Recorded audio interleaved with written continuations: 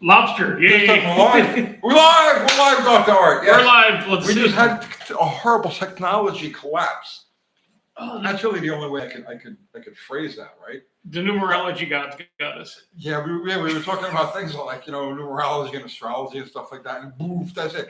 We had a horrible technological collapse and everything's right. It wasn't just shut off. It was a collapse. Just black. Complete collapse. If the universe collided with itself. And so, but now we're here and we're live and we have got Nathan McCree. What's happening? Joe Balls. I Seymour Balls. That was a guy, Cars Magazine, like my ancestors, from High Performance Cars and Cars Illustrated Magazine. Used to be a guy who went by the name of Seymour Balls. Look, we froze. Okay, now we're free. Okay, now we're free again. Yeah. Yes. Nice laptop. Gary Bender. Charlie, what's happening, Charlie? Luke Timon, zeros in the house. Man, missed you on Sunday. Boomer. Welcome back, Cotter. I remember that show. Yeah. It's old, right? Yeah, a bunch of hoodlums coming through your window every morning to get breakfast. Yeah, but that's where I grew up. That's where I fucking grew up. Barry Cooter, Roy Miller, Michael Trode, Granddad's Chunk. I will never get used to saying that name. Daniel Sizemore. Wow, we got all new faces in here. Nice. Yes, Zuby, Zuby. You need a tech guy. I know. Please tell me about it. We guess at this stuff. It's not easy, right? What I do is I watch a lot of Roadkill. And I pick up phrases and things that they say and stuff like that. And then I make it sound like I know what I'm talking about. I work third shift at a Waffle House. A lot of people don't realize that. They think I'm a mechanic, I'm a YouTuber. No, I work third shift, local Waffle House over here. I do a pretty good job, scattered, covered, chunked. At least you're the cook. Yeah. You see what I'm saying? So, but we make it sound good and get paid, for it. Make UTG work again. The sausage, egg, and cheese hash brown bowl. Sausage, egg, yes, it's delicious, right? Yes. I throw a little extra. I remember you going to say it's the secret ingredient. Mm-hmm. How long till we get into politics? I don't know. Go ahead, say something. Go ahead, start. Say something about politics. Sweat hog. Yeah, it all fixed itself last night. So. Oh, now it's working. Yeah, it be working, man. Yeah. UTG does look like a Waffle House cookie. Yes.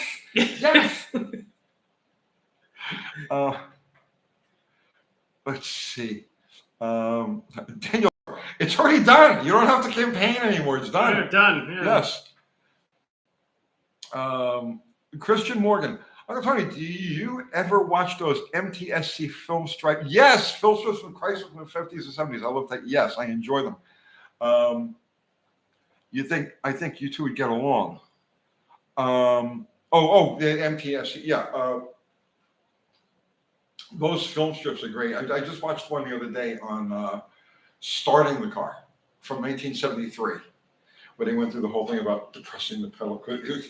And it starts. It's so early 1970s because the film starts with like a housewife, like a young 20s kind of housewife, trying to start her car. And she can't do it, right? Mm-hmm. Yeah. Zuby, when's the race? You mean when he's going to follow me down the drag strip? That'll be Friday night.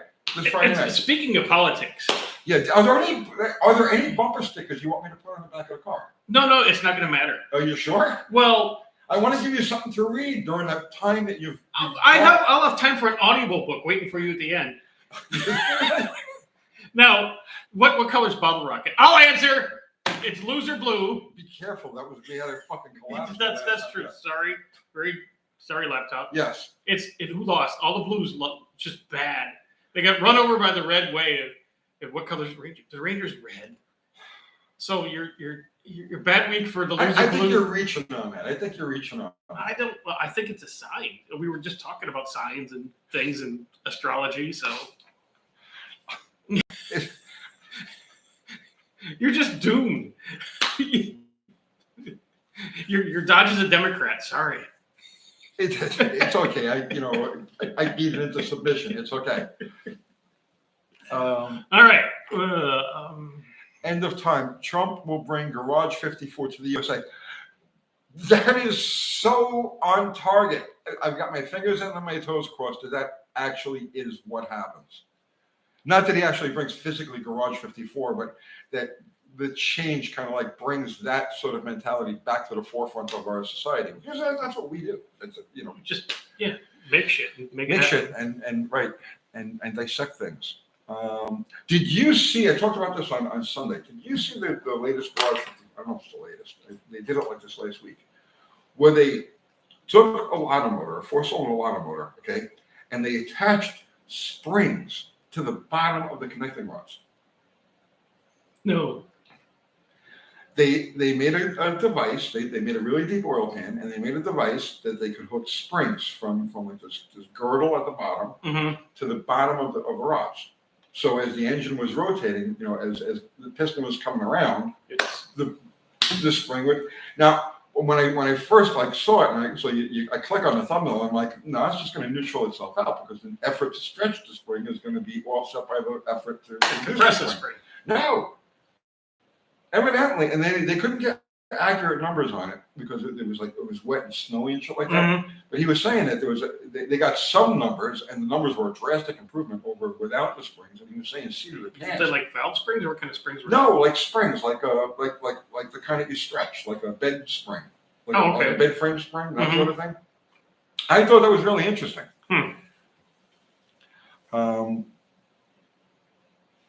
Let's see. No, don't do that. These guys are really fired up with it. I really don't want to get into politics. I mean, things went the way I wanted them to go. Things went the way I expected them to go.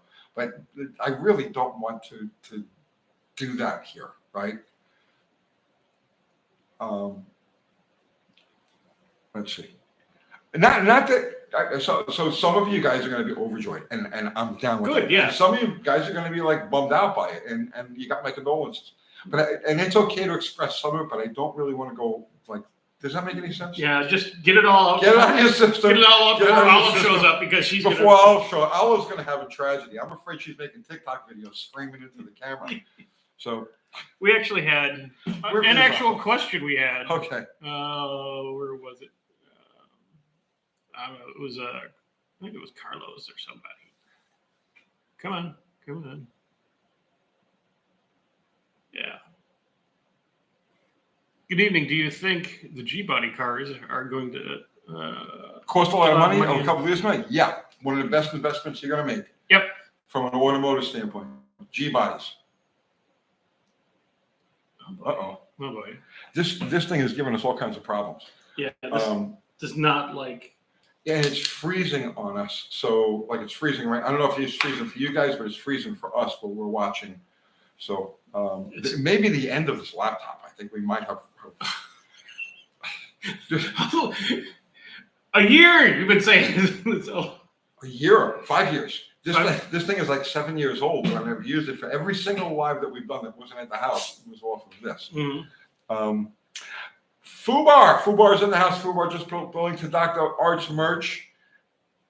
Yes, and he always puts up a link to my merch too, but he didn't. That's okay. Well, that's okay because I got. So, what was I saying before that? I don't remember now. I don't remember. It's not important. Nothing's important. Hensbar, how about a Royal Enfield for a first bike? Excellent first bike. Now, funny coincidence you bring that up, okay? Because I got a friend of mine, Ty, who owns. You guys remember the storage units that when we first started this channel? I have a bank of storage units that we ran the channel out of. Well, my friend Ty owns that place. So yesterday he wants to learn how to ride a motorcycle. So I brought my Super Cub over there so he could get his feet wet with it. And he rode it around a little bit. And after about 15 minutes of riding it or so, he was like, I need a motorcycle. So I says, great, let's go to Sloan's, and Sloan's a local dealership over here. Let's go get you a motorcycle. So they don't have Royal Enfield here. You got to travel for Royal Enfield, but they do have the new Triumph, the 400. They have two versions of it. It's like a like a retro 400 and I have a scrambler version. And those things look like excellent bikes, and I think he's going to buy one. And if he does, we'll do a whole review on it. You didn't sell him the Virago?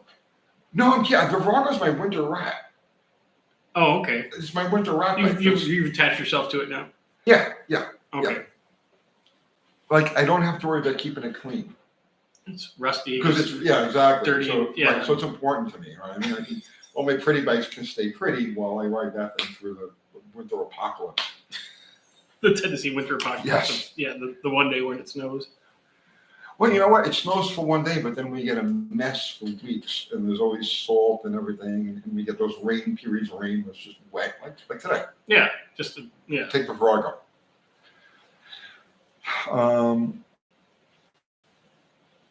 Nick Martinez, Honda Super Cub, is it a motorcycle or a moped? It's the best-selling bike, so I like it, but definitely looks like a moped. It's not a moped. No. It's 7.5 horsepower, okay, but it has 17-inch wheels, which really separate it from being a scooter.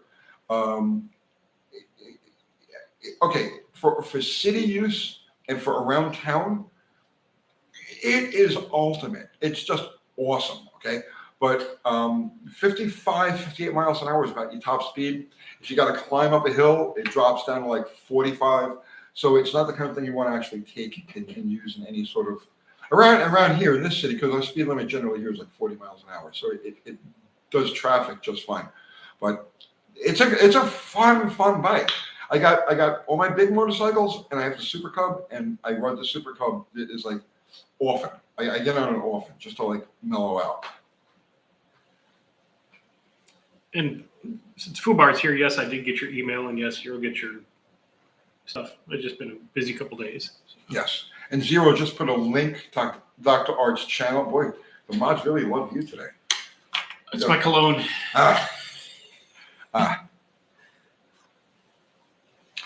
Shannon, G-body. Oh, that was it. The G-body question. G-body value is going up. Why do so? The G-body is the last traditional American car, right? So if you look at the G-body lineage, okay, you have to go back to the 1955 Chevy, okay.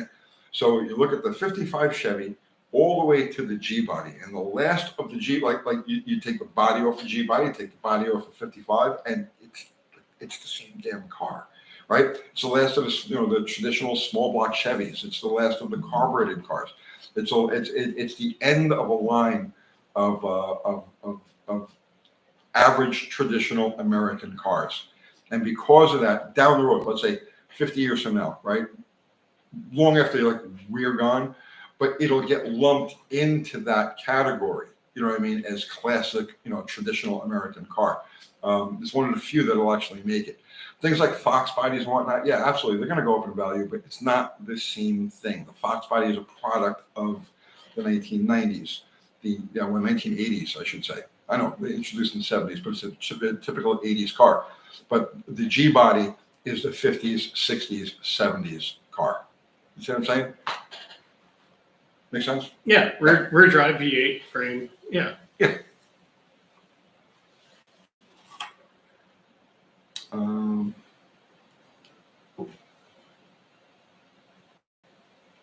So for the first time it's been probably about a month, I went to the pound today because they had a lot of dogs. Oh, God, I'm sure. I put all the dogs up on the channel, and there were some good ones in there. So if anybody wants a dog, go to Dr. Art's channel. Of course, this only applies to local guys. Go to Art's channel. He goes to the local shelter over here and films the dogs. If any of you guys go and adopt one of Dr. Art's dogs, I'll pay the fee and I'll pay for the dog's first couple of months worth of food. So, and whatever other expenses are associated with it. So if you go to the pound and you would adopt a dog, the Dr. Art feature there, I got you covered as far as what your out-of-pocket expenses go. I just saw something here. It's pretty interesting. okay. Viofly. Customer dropped off a car with sovereign citizen plates on it. I had to contain my laughter until the customer left. No driver license or insurance required. Private mode of travel. So Firefly, here's okay. This is a double-edged thing. Okay, first off, you cannot be a sovereign citizen. You can't be both sovereign and a citizen at the same time. So that's the fallacy in the sovereign citizen movement. Okay, it doesn't work. But if instead of calling himself a sovereign citizen, he called himself a natural American, right? That's a whole different story. And in that case, he's right, because the constitutional definition of vehicle is something used in commerce. Okay, so in other words, go back to before the current motor vehicles laws or the Department of Motor Vehicles even existed. Let's say go back to the 1700s. The word vehicle implies mobile commerce, something used in the form of commerce. So everything from that point forward that uses the word motor, vehicle or motor vehicle, is actually unconstitutional to apply it to a natural American, not a natural citizen, but a natural American. The Organic Act, if you read and understand the Organic Act of 1871, and you see where there was a split between the constitutional republic and the corporate government, because you actually have two separate governments operating at the same time. And this is why Washington, D.C. is a separate city-state. It's not part of the actual United States. It has its own place. The other two areas that are like that, there are three of them altogether in the world. And you've got Washington, D.C., the Vatican, and the City of London. So those are three sovereign areas that are actually the corporate headquarters. I know, it sounds crazy, but if you look into this, you'll see exactly what I'm talking about. Yes, Rocky Myers, it's way down the rabbit hole, and I went there eons ago. Trust me on this. Everything I'm telling you is accurate. You're gonna.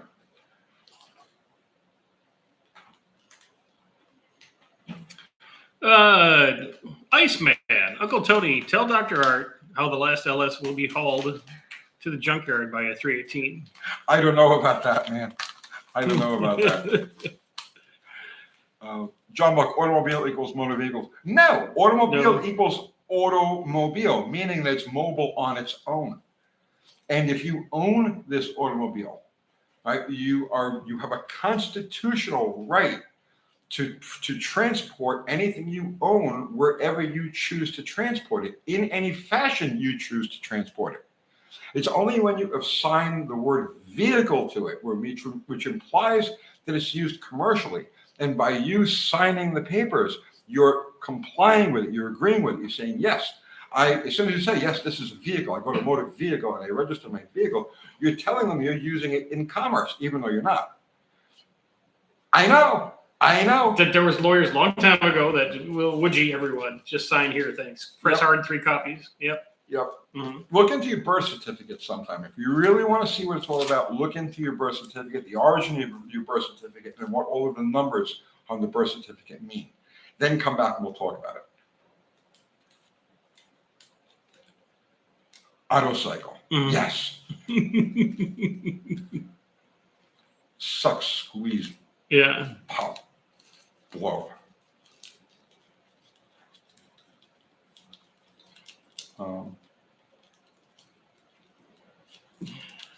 Carlos, yeah, he says he seemed to know a lot about the sovereign citizen. It's kind of how you live your life, though, isn't it? Dude, I tell you what, I know more about sovereign citizen stuff than I do about freaking cars. I spend a whole lot more time studying that sort of thing, things along those lines, than anything to do with cars, trucks, motorcycles, or YouTube. So a whole different animal. And yes, I've gone down rabbit holes that leads to that you can't even freaking spell unless you've been there. Yes, John, you are right. The USA and the US are not the same thing. They occupy the same amount of land, but that's about it. Well, you've got the United States of America, and then you've got the United States of America, and they're differentiated in the way the corporate entity, United States of America, is all caps, and the Constitutional Republic, United States of America, is just capitalized first letters. Okay. General Jesus, or Jesus, however you want to put Yes. it. Earlier this year, I purchased my first car. Good for you. It's a 1985 Olds Delta 88 Royal 307 V8. It runs fine so far, aside from some electrical quirks. But what would be other issues I should be on the lookout for? Nothing. That's a bulletproof No, car. those treat it like a car, not a jumping truck or a race car, and it'll just go forever. Forever. Stock up on normal wear parts for it, because the thing's made. Flex wires, oil filters, and you're good. Yeah, but that's like an ultimate. Like, you want an apocalypse mobile. There you go. There's one. Yes, it was a good choice. It'll serve you well forever. Firefly, the loophole with the straw man. No, you're wrong. It didn't. Cobra Guy, does painting parts in an oven make the paint more durable, or does it just cure faster? I guess it depends on the paint. Yeah. Right? Yeah, it depends if it's like a Rust-Oleum, like an oil-based. It's a big difference than if you're just spraying lacquer or anything. When I really cared about like a Rust-Oleum paint job, because I paint blocks and heads. I paint whole cars with it. Yeah. I don't have one now, but like I used to put them in front of the heater, like a torpedo heater. Mm-hmm. Paint it, let it cure for half hour or so, just where it's not tacky, and then stick it in front of the heater and leave it there for a couple of hours, and then it just blast on it, and it's durable. It's almost like powder coating. Yeah. So yes, it can be, I guess, is the answer to that. Yes, it just depends. Depends. Iceman, have you test drove the XJ with the new throttle body? Yeah, I did. I banged some gears with it like 20 minutes after I shot that video. And it feels great. I mean, I can't tell you that it actually it always feels great. The thing just always feels great. You can't imagine how good this thing runs. I can't tell seat of the pants if it actually did make a difference or not. It'll show up on the time slip. Did it do any cool whistling or anything like that? No. It just yeah, it just goes. Just goes. Yeah. It may pull a little harder through the mid range.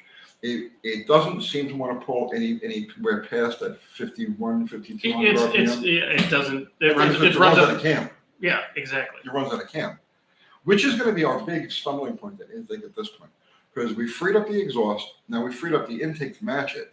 Okay, but there's the limiting factor is going to be the cam. So now when we talk about like porting it and whatnot, the differences are going to be minuscule, if anything. And there's not any different stock cam on the 4 liters. I don't think there was. And that's the one. That's what you got to work with. Yeah. I think the only thing that's going to help us with that is perhaps a little more compression. Just shaving the head a little. Just shave the head a little bit. I mean, clean up the port. It's pointless to try to make the port any bigger. That would actually be counterproductive. Right. Total velocity.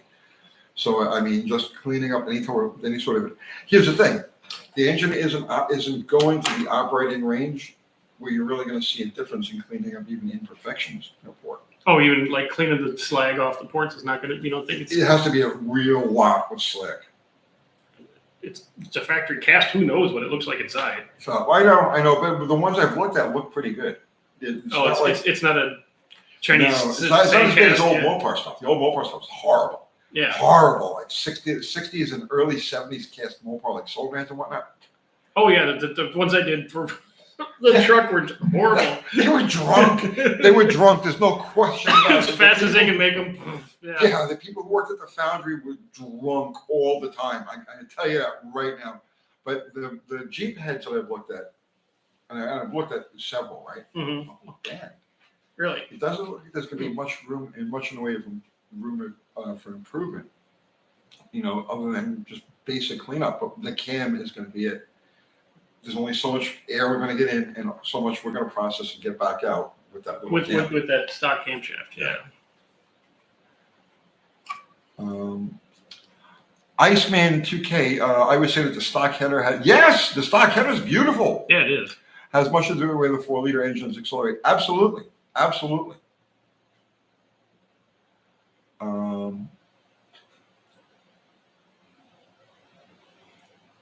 Shannon. Yeah. I'm still convinced that the straight six from any make is the longest lasting engine ever designed. What do you two think?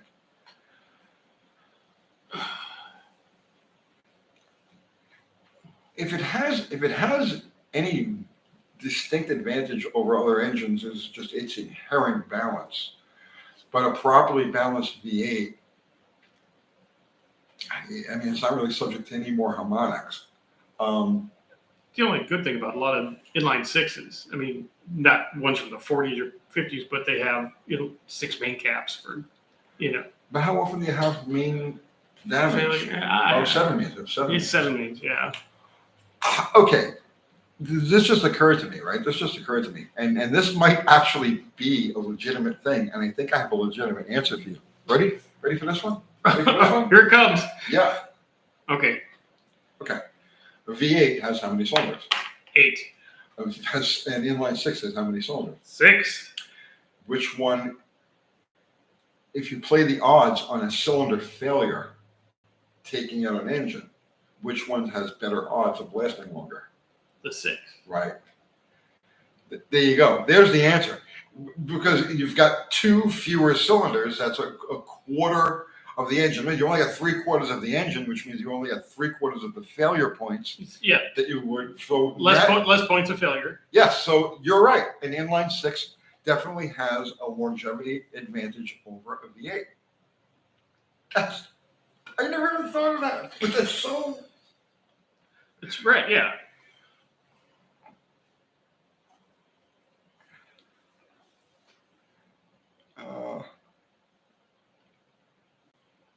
The shooter. What was the difference between the 4-liter and the 4-liter HO engine in the Jeep? No, nothing. they just say HO. HO, and they have the header, and yeah. Well, they had the header anyway. They never had the XJ never had like a conventional long manifold. Type of exhaust manifold. They always had a nice exhaust manifold or a header to the tube. Patrick Sullivan is saying the audio is cutting out randomly. Yeah, we've got video cutting out randomly over here. I think this laptop may have. I think we may have reached the end of the line for this thing. Ghost 2.0 says that was a great answer. I know. Shadow Ops, Brandon. I'm using non-MLS exhaust main gaskets on this 5.7 LS. Good idea to retorque the bolts after several heat cycles. No, take them off. Use them. Exhaust manifold gaskets. No, do not use them. So if the factory used anything at all, it's going to be a steel shim. Those steel shim, yeah. Right. The reason they use a steel shim, I did a whole video on this. Literally did a whole video on this maybe like 2 months ago. So factory exhaust manifolds, you're going to find them mounted 2 ways. Either dry deck, like directly to the cylinder head with nothing in between, or a steel shim gasket. And the reason for that is because the expansion rate between the exhaust manifold and the cylinder head are going to be different. So there's always going to be a little bit of movement between the two. Micro move, 1/1000th of an inch at a time, like nothing you would perceive. But over time, that working back and forth will tear up any composite gasket. So that's why from the factory, they either don't use a gasket at all, or they stick a steel shim in there, because the manifold and the head can slide against each other with the steel shim in the middle, and it'll last forever. But that's, if you've got exhaust manifold gaskets on, take them off, get them off of that. Yeah, if you're using the manifolds, if he's got head, I don't know if he has headers in the truck. Headers are a different story. Yeah. Headers are a different story. And for headers, you have to use a specific header gasket. They're designed specifically for that purpose. But the thing is, see, headers, okay, so header is individual tubes, okay, and they're tied together like with just a runner, okay, a Flange, a flange. So they expand and contract differently, right? The expansion on a header is more in the tube, right, away from that joint. The expansion on an exhaust manifold is the whole manifold in unison. See what I'm saying? So, Shoehorn Jackson. Ed Smith said a Dodge Straight 6 can outperform a Ford Flathead. well, you talking about the 215 straight 6? I mean, probably. The Flathead wasn't really, in stock form. And which Flathead? Because he had 2 versions of them, the small version and the big version. I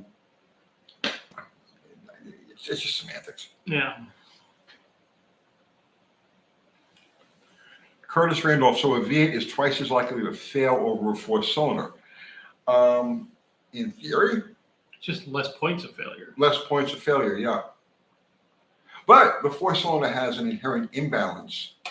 So it operates with more harmonics, more bad noise inside the engine than a V8 does. So that could be a Yeah, factor because you're too. dividing 4 by 360 instead of 6 by 360, Right. which is better math. Right. Yeah.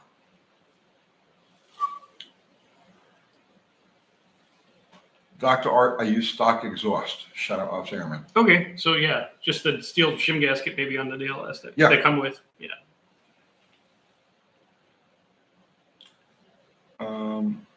Some cut the flange between the ports on headers for less leaks. I guess you could. I never. But on cheap headers, sometimes you have to because you can never get them flat. Well, some headers come with perforated flanges just because you have to assemble the tubes. Like the big diameter, 440 B-body headers, like race headers, come with removable tubes. So you can actually put them in. Yeah, and that one on So was the it A body, flange so you got to go perforated. around the steering arm or something like that. Yeah, well, it's the same setup, just a little bit tighter. Yeah. But yeah, some headers come with the flanges already separated.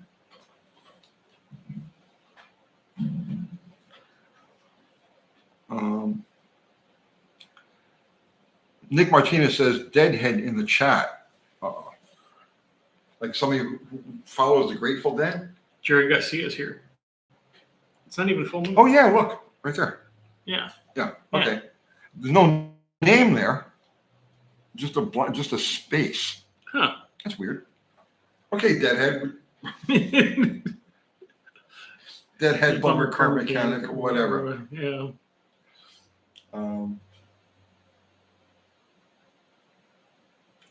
200 mile per hour Z06, the poster behind you on any Sunday. Great movie. Yes, one of the greatest films in the history of the human eyeball. When I lived in New York, the last couple of years I was in New York, I lived a very high tension life. Like I'm not the same person that I was back there, right? So the only way I could fall asleep at night was to put on any Sunday on. So like for a year and a half or so, that was it. That was my routine. At the end of the day, it was time to go to sleep. I would put on any Sunday on, and I would fall asleep to that. And it was the only way I could do it. So that was my tranquilizer. Granddad's junk. Hey Doc, that Falcon you were painting is real cool shape and cool panel lines on the side. I love those Falcons. But yeah, they're real cool until you have to spend 6 months sanding that freaking car down. Somebody decided to skip the whole car with, an 1/8 inch of Bondo. Yeah, well, To get rid you of can't all have everything, but it's still in nice shape. It's sprayed. It's all one color now. It looks actually pretty good for who painted it. And I got the strip on the hood done. It looks real nice. I gotta come by and take a look at that. Yeah. Let's see. Patrick Sullivan did the same thing except for Cheech and Chong's Up in Smoke. It's funny you say that, right? I was just flipping through YouTube the other night. It was like late, and I was just hanging out. And just as I was about to flip off, they have like recommended earache in my eye came up. So I thought that was pretty cool. I haven't seen that since the 70s.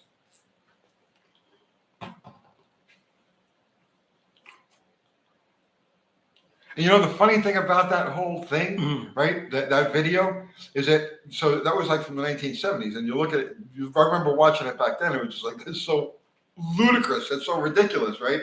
It's funny as hell. But today it's normal. It's totally freaking normal. Yeah. Barry Kuda, Tony Dart, have you had any experience with the 60s Pontiac overhead cam 6-cylinder engine? I think I've seen one. Work. Yeah, I've never. They were around when I was a kid working on cars that were fairly common. They were.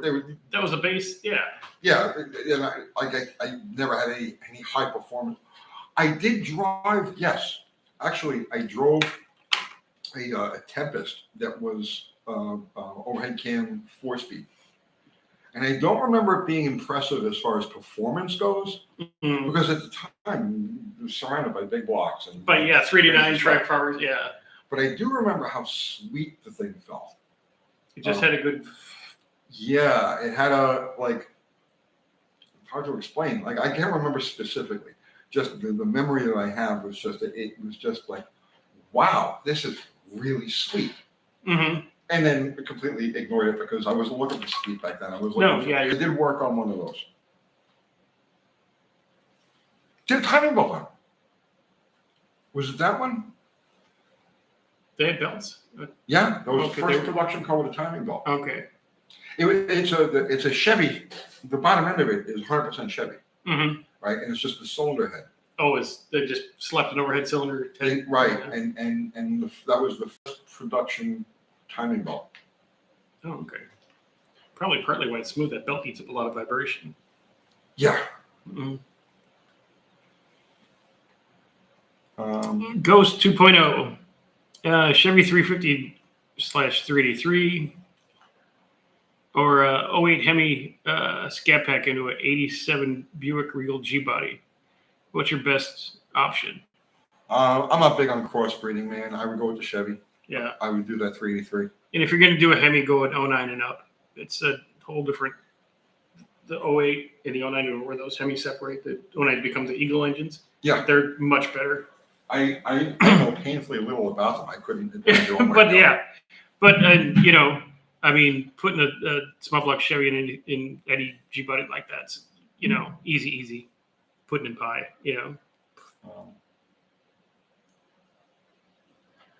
Boomer, 2-lane blacktop was a B movie, camouflaged as a C movie. The only part of that movie I really like is the very beginning of it, where they're actually in Memphis. Mm-hmm. And you got Big Willie Robinson in there. That's about like after that it just becomes a movie. But that the whole beginning, like the montage of it is awesome. And then once it gets past that, it's like Bullet. You can't watch the movie Bullet. It's unwatchable. Okay? It is so bad. It's beyond bad, except bad. for the chase scene, which is beyond good. So that's kind of the way I look at the 2-lane blacktop. It's like, yeah, the beginning of it rocks, and then after that, it's like, doo-doo-doo-doo-doo. Mm.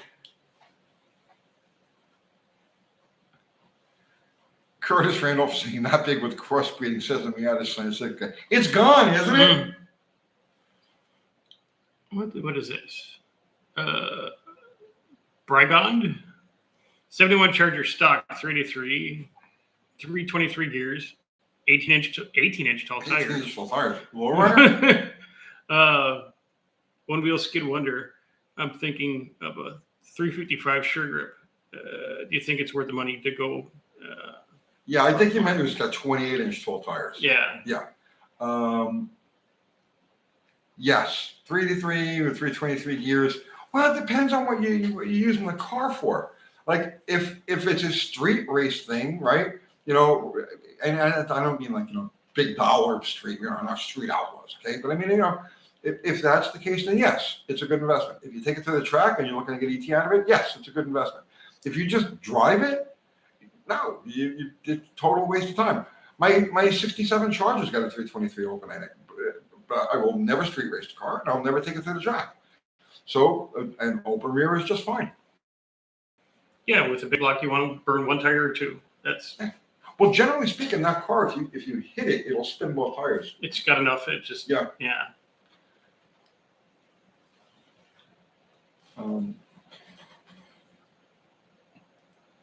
What's this, man?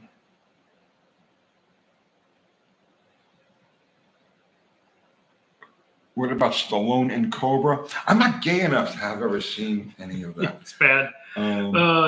Same thing with the original Gone to 60 Seconds. Yeah, it's a bad movie. 318 Magnum saying, I like Bullet, but I grew up on the streets. Nice. That's Mhm. it. That's cool. Zero saying, for the record, the dude let the Charger down. The Charger never let him down. That's right.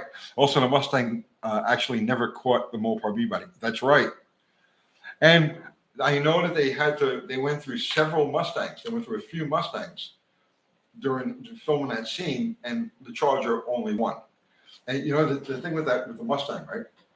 The axle hop. Like, Yeah.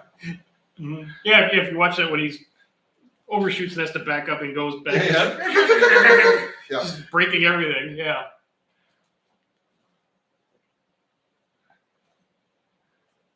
And it's funny that the Mustang guys think that's, that green just the is so tips. iconic. Yeah. Yeah, with the torque thrust and the dark green paint. Ooh, it's a bullet. Ooh. Okay.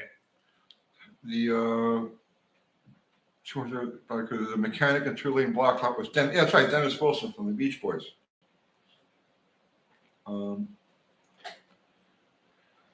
Let's see. Dale, are you Marxism? No, I'm anarchy, actually, but that's besides the point. Yeah. Malcolm Smith, yes, Malcolm Smith is awesome. He's still kicking. He has a channel. He does YouTube videos. Malcolm Smith was just the best. You guys want to see like what a real hero is all about? Watch not Two Lane Blacktop on any Sunday, right? And look at Malcolm, right? The guy's attitude, just his way of approaching things and just being open. I think Malcolm Smith was a true American hero. I wish I could have started life much, I wish I was aware of Malcolm Smith when I was like 5 or 8, so I could have grown up to be more like Malcolm Smith. As an adult, as a 62-year-old, I still strive to be more like Malcolm But Smith. it's never too late. That's right.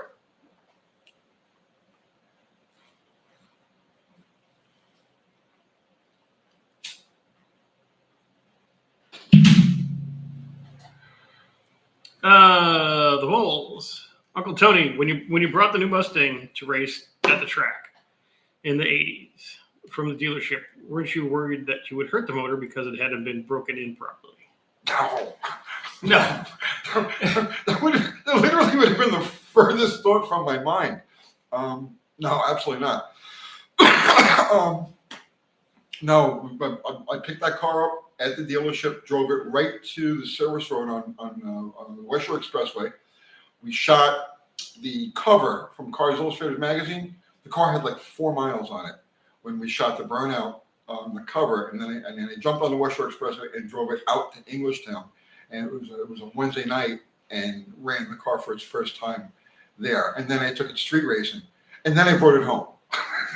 Yeah, no, that thing. Please, I hammered the living piss out of it. It got broken on the freeway to the way to the track. Yeah. Well, I broke the transmission 5 times. Every 200th or so pass, it would shed third gear. So I rebuilt the transmission 5 times on that thing. And I had to pay for the parts myself, which was a big deal back then because they weren't going to cover the warranty, and it certainly wasn't going to let anybody else work on the car. So anytime I blew up the transmission, I had to buy third gear and the cluster gear myself out of my pocket, and it was like $280 something, which was a lot of scuttles for me at the time. I was raising kids, and that was big bucks. But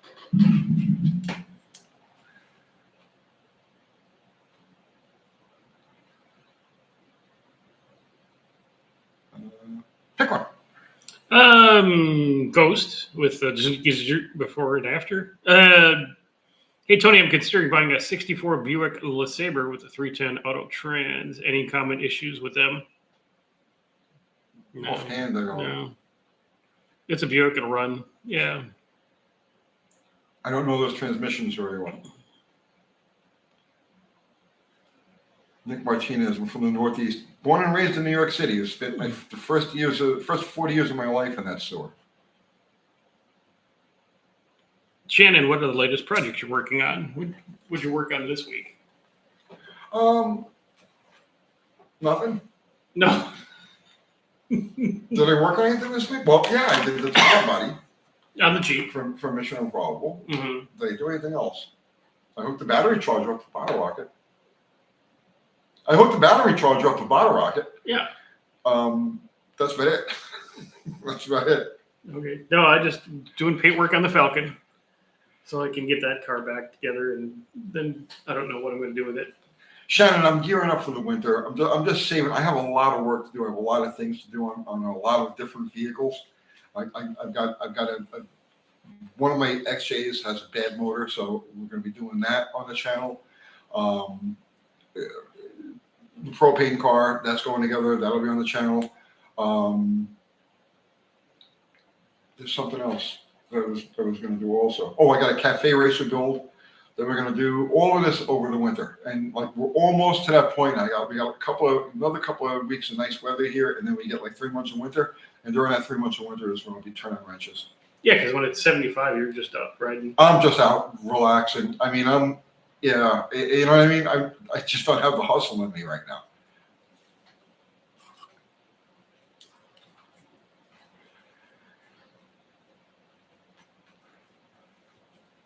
Rolls Royce. Mark Sauvé. I like how he spells that. Yeah. At my new work, one guy said he had swapped a Grand National straight six into whatever car he was talking about. At that point, I knew he was in the car game. Oh, yeah. Mm-hmm. Asked him if he jumped Coke bottles in the parking lot. Yeah. Austin Mason. 1987. Yeah. I'm going to put together a 4x4 4-speed 360 semi stock. Nothing huge or aftermarket. Is there anything you might recommend for me to try for fuel economy?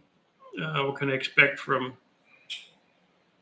reported 956 heads? Well, I mean, if it's a 4x4 and you're kind of fuel economy. That's kind of your diverging. Yeah. That's the thing, man. You drag it. Torque is everything's gonna be torque. It's all about torque. So a dual plane intake manifold, preferably with small runners, small tube headers, 1 5/8 primary headers, simple outside bolt-ons, a spread bore carburetor like a thermoquad or quadrajet. Quadrajet's a really good choice for that. And timing. It needs a lot of initial timing. That'll make a big difference. What do you have to answer now? Just, yeah, if you're going for you're building a 4x4 and going to fuel economy, that's where you have to go. Because if you do anything else, you're going to diverge too far. And just focus on torque. Mm-hmm. Don't worry about horsepower. You don't care about horsepower. You don't care about anything about 4,000 RPM. Right, exactly. Nothing about 4,000 RPM makes any difference. If you're building a 4x4 type of thing for economy. And match. Yes. The cam that you put in there, that's. I like the way the hearts are always flying. Flying. It's like Valentine's Day. They stopped. The hearts stopped as soon as they said it. Dr. Art, there's only 95 likes. Only 95 people appreciate this exceptional content. It's amazing. We even went on early for these folks. We did. Twice? Dr. Art came in and he's like, come on, let's get to the people. They need us. And I was like, screw the people. They don't care. Come on, let's go to the people. I love them and they're going to give me thumbs up. So that's what we went on early. But it's unappreciated, bro. It's just rough. I told you, it's a rough world. Rough world. Exceptional? Yeah. Nick Martinez, best content on YouTube. Right. Much appreciated, brother. Thank you. Zero gave us 2 thumbs up. Nice. Vote off and vote early. That's right. Zero is always extending the existential thumbs up. He just exudes. Thumbs up.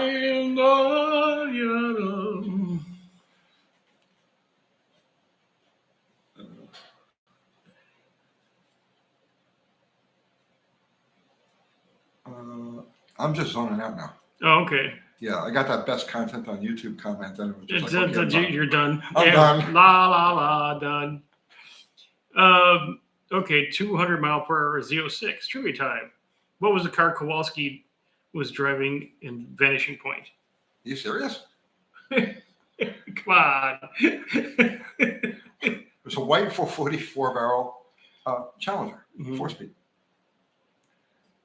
Well, okay, they were like 4 different cars that they used, and a couple of them were 383s. One was a 440. None of them were 6-packs or Hemis or anything like that.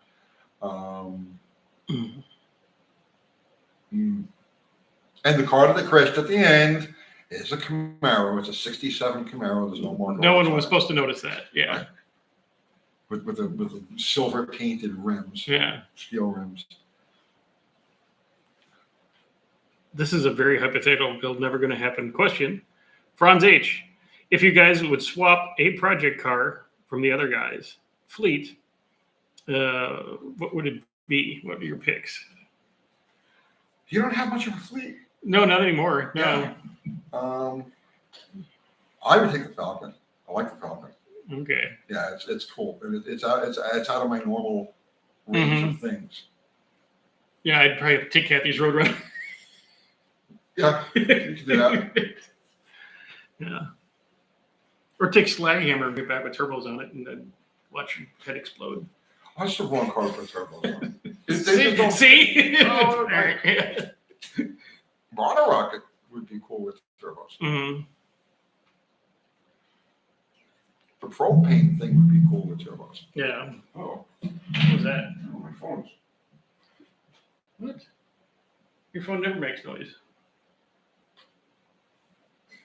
Oh, jeez. Okay, this is no lie. Okay, this is no lie. Okay, I get a lot of junk text messages.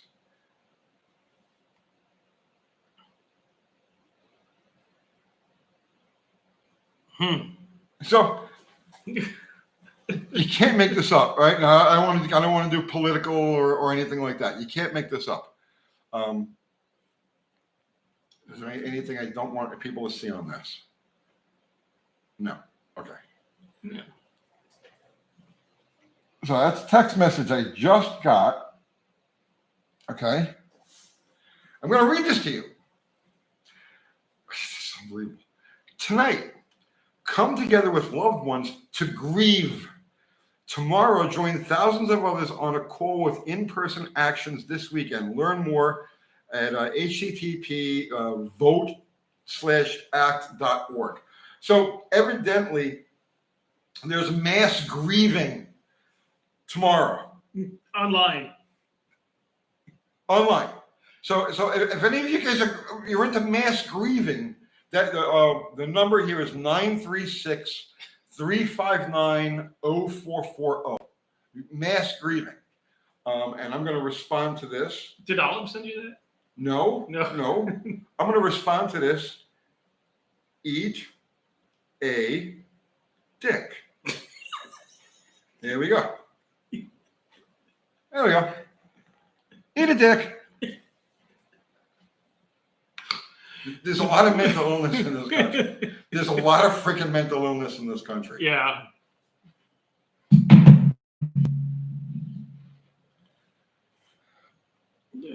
Harry Cruiser Dodge Challenger Chris at the end of running on empty was actually a Valiant. I didn't know that. I've never seen the movie. 72Z28 only grieved minimally. Yeah. Jake Hanneman, nuts out for Peanut. Yes. Nuts out for Peanut. No, there was a whole big one, dicks out for Harambe. I remember that. I'm still pissed off about Harambe. That was jacked up. That poor thing was protecting that kid. And yeah. Just bad.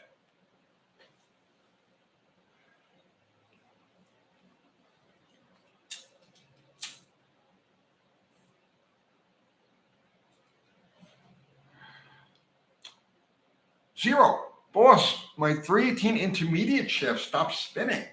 Now what? Oh, that's not good. No. That's horrible, Zero. So have you seen the doctor? Oh, jeez. So, Zero, describe that problem a little bit better. Mexican spec just checked into the house. It's Sorry. happening. Yeah, you're not getting paid for tonight, bro. Yeah. You're not getting paid. Yes, Joe K. Harambe is still missed.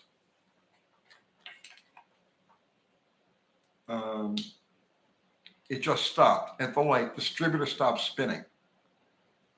Oh, it's timing gears. Okay, when you crank the motor, does it sound like it has no compression? Because if you crank the motor and instead of it sounding like normal, it just goes wee, means your timing chain is gone. If you crank the motor and it's got compression, but you don't see the distributor spinning, it means that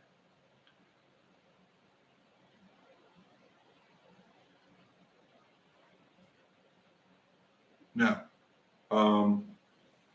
you got a timing chain issue. Yeah.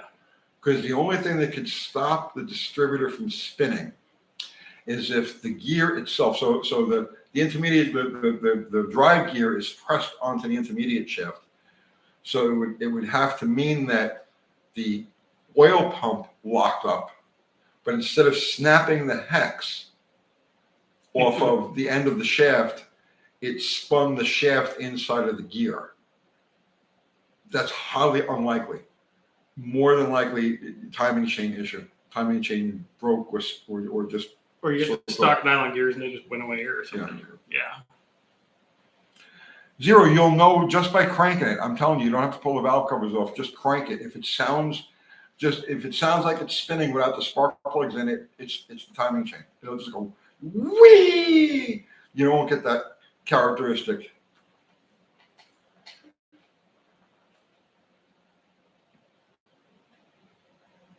Marks of a seized oil pump. Well, it happens. Sometimes you'll get a little tiny piece of steel that will come from someplace else in the engine. It'll get past the screen, and it'll get wedged between the gear and the rotor inside the oil pump. And when that happens, it generally snaps the hex off the bottom of the shaft. But that won't keep the distributor from turning, because the distributor is being turned from the top half of the shaft and the drive gear. So the only way the distributor won't turn anymore is if the shaft has separated from the drive gear. Not likely.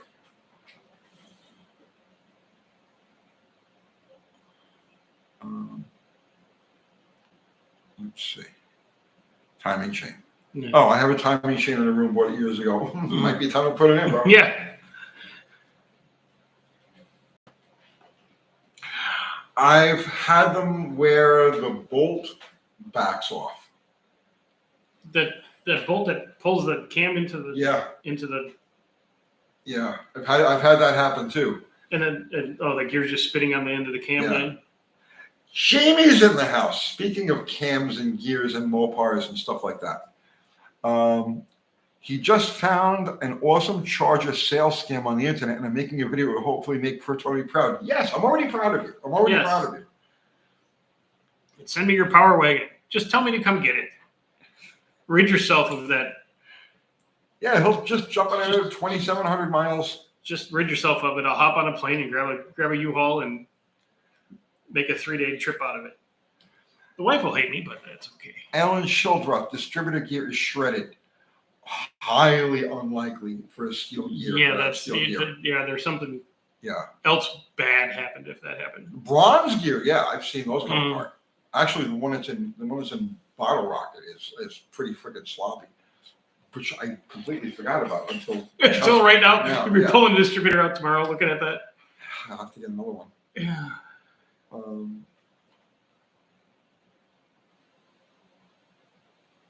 Let's see.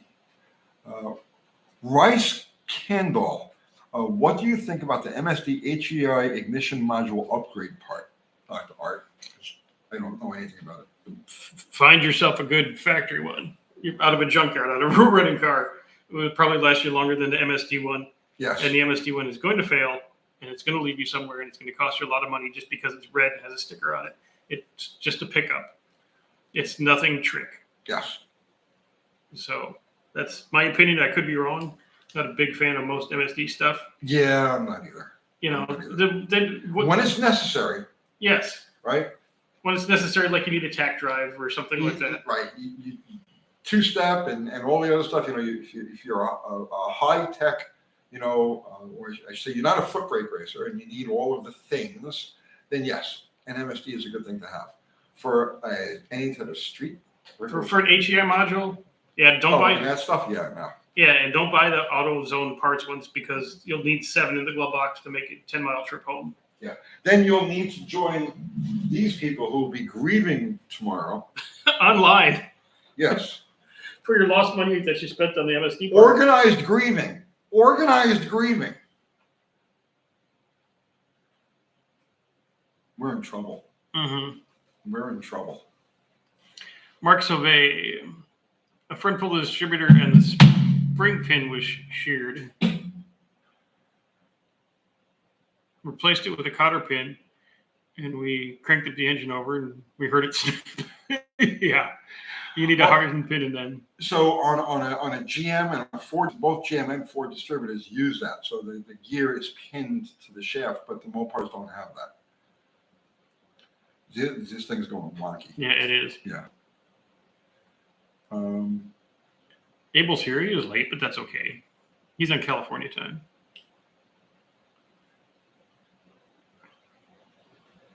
Rob's Classics. That's a very good point, Rob. People don't seem to understand aftermarket high-performance parts are for going faster at the expense of reliability. 100%. You absolutely. You get it. You get it. If you have a race car budget, buy all the shiny shit parts you need. Mm-hmm. If you're going to work, don't do it. Scoop just says stuff. So do I. Stuff, yeah. There's very little behind anything I say. It just sounds that fall out of my mouth. It would be nice if I could go back and re-say everything you've ever. No, but all the money you just pissed away on chrome doodads and this and oh look, I'm cool. I got the. It doesn't do shit. I know. Well, I've always been very basic. You know what I mean? I've always been basic. It's only lately I'm like with Slaghammer was like my freak flag fly. You know what I mean? But I can't. How many sets of chrome valve covers and breathers and these special orange wires and this and all the oh my god, all the bullshit. Just to have it, just to say you get it. It's.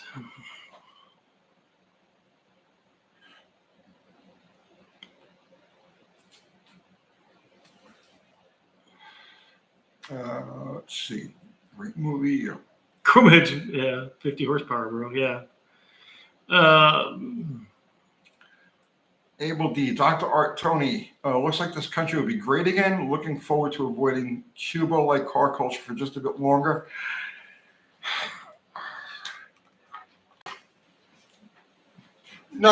This isn't political. This isn't political. So this is just overview. Okay, just overview, just something to think about, right? So the new administration is going to do some things that are very positive for the automotive culture. Okay, EV mandates are gone, right? The EPA gone, and it'll be replaced by something that's far more reasonable. CAFE standards gone, okay, and tariffs on anything that's brought into this country, 100%, right? I'm totally for that. The problem is the issues we really face are macroeconomic. They're mathematical. They can't be changed. And anything that's done to lower rates and put more money, let's say, in people's pockets in the short term is only going to accelerate the move to hyperinflation. So that's not being critical of anybody, or I'm just telling you there's good, but there's bad that's going to come with it. And it's like Cuba is going to be quicker than you think. Vancouver Aquatics. Thank you, sir. I have to press hard on the brake for the car to stop, and the car needs more space to stop. There's not much wear on the brakes, and no leaks, 68 staying. Do you have power brakes, sir? Okay. There's a few things that'll give you this Vancouver Aquatics. Yeah. Go ahead. Yeah. All right. If it's a power, I don't know, because I don't know what you got there. If it's a power brake car, it could be vacuum source to the booster, could be the booster itself failing. So you've got to push extra hard on the pedal to make it stop. Could be oil contamination on shoes or pads. So if you've got a leaking wheel cylinder or you got a leaking axle seal, you'll get oil between the shoe, the brake shoe or the brake pad and the rotor or drum, whatever the friction relationship is, and that'll do that too. You've got to step on it extra hard, and it takes longer to stop. Bad hoses. Your hoses are chunked, either Yes. and restricting flow. Like the back, you may not even have back brakes. Yes. So you got a bunch of different things that it could be, without really knowing anything. Yeah, a little bit more about the car. I mean, You're saying no leak, but you may not be seeing it on the ground. But if you've got a couple of drips from, let's say, the axle seal, it'll just stay there in the drum, and you'll have goo for brake shoes. Yeah. Tavo wants to know why he's here. Is that an existential question? Well, he's not even here. He's on like the other side of the planet. You're on the other side of the planet, bro. Yeah, you're not here. You're there. So there you go. You are there.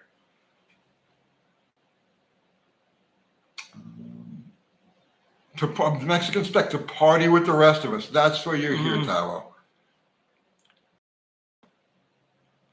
Michael True is going to grieve in an unorganized fashion. Bro, that's brave. Okay, that's brave. Self-grieving? Yeah, that's almost like self-cutting or tree jumping or something like that. Yeah, be careful, dude. Jay Weiss, does Tony ever wear a normal shirt that's not his merch? No, I have hundreds of these things, like literally. So I just, there's piles of them everywhere. The only one last week just was pre-production. And that was the same damn shirt. Right. Yeah. No, I've never seen him in anything else. So he goes to funeral in those clothes. So fuck. I'm ready to grieve. Yeah.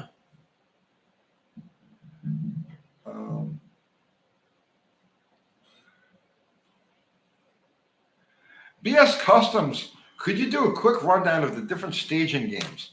The double bulb, the burn down, deep stage, shallow stage, that sort of thing. Sure. What do you want to start with? What you're not going to do Friday. You mean what I am going to do? Yeah. You mean like double bulb and stuff like that? Oh, I don't care. That's just rude. That's fine. It doesn't. That's okay. It's no. I don't. I'll let you sit. I don't make friends on a friggin' dragster. I'll let you sit there in the double bulb for 10 minutes. What do I care? You know. Well, yeah, but see, here's the thing. While I'm sitting there at the double bulb, just chilling, right? Just chilling, waiting for the tree. You're thinking about trying to get in my head. In the meantime, you're taking yourself off your focus, and so therefore, you're going to screw yourself. You really think I care that much? It's a race. I care. It's life and death. If I have to lay my life down, okay, to get you at the 660, I will gladly do it. There is nothing I won't do to win a race when I'm in a race. Okay, that's it. Where were we? I don't know. Right there. Okay. All right, the double bulb. So the double bulb is just that. It's just to get in somebody's head and piss them off, okay?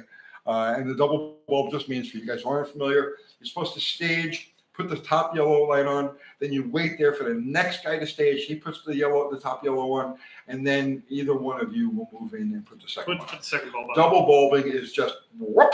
You go into your stage. You got two on. Okay. Yeah. And that's just to piss people off. You'll make a bad name for yourself if you do it, at the track and people don't know you. The burn down, okay, it's just you put on the yellow, your opponent puts on the yellow, then you move up and put on the yellow, or they pull up and put on the yellow, and you just chill. Just sit there. That's the burn down. And again, it's to get under somebody's skin. It's to rattle them. Because the starting line is a psychological game. It's all psych, okay? So how you go and you put the bulbs on and whatnot, it's everything to do with breaking your opponent's focus. The deep stage. Okay, so the deep stage is something that you do for reaction time. That's generally a bracket racer thing, okay? So the closer you are to the end of the rollout, the rollout is the period of time from the tire breaks the beam until it rolls far enough to put the light out. Okay, so deep staging is putting it so far forward in the beam that it reduces your reaction time. But this is dependent on the car, the way the car reacts. Like for instance, a slow reacting car might be too hair triggered to cut an accurate light. Deep staging like that. But does that make any sense? So, but it's basically deep staging is about bracket racing, and shallow staging is about making ET. So if you're really going for ET, right, which I haven't really done with, but this is something you shallow stage to give yourself more rollout, where you give the car a running start on the clocks, and it could be a fairly substantial difference. So with that, what you do is you roll through the first yellow, right? Now you put the first yellow on, and then you just creep forward, just creep until the second yellow flickers on. Stop. It's harsh on reaction time, but it's good on ET. You're giving yourself a rolling start. Did I leave anything out of there? If you're really looking for ET, right? So let's say you got to bet with somebody that you're going to out ET them in their own car, because I've done this many times. What you do is, okay, you stage sideways, right? What you do is you pull into the staging beam. Just before you pull into the staging beams, you just creep in a little bit sideways so that only your front wheel, the leading wheel, breaks the beam. That gives you all of the rollout from the second wheel, right? It gives you, it could shave a good 1/10 off your 60.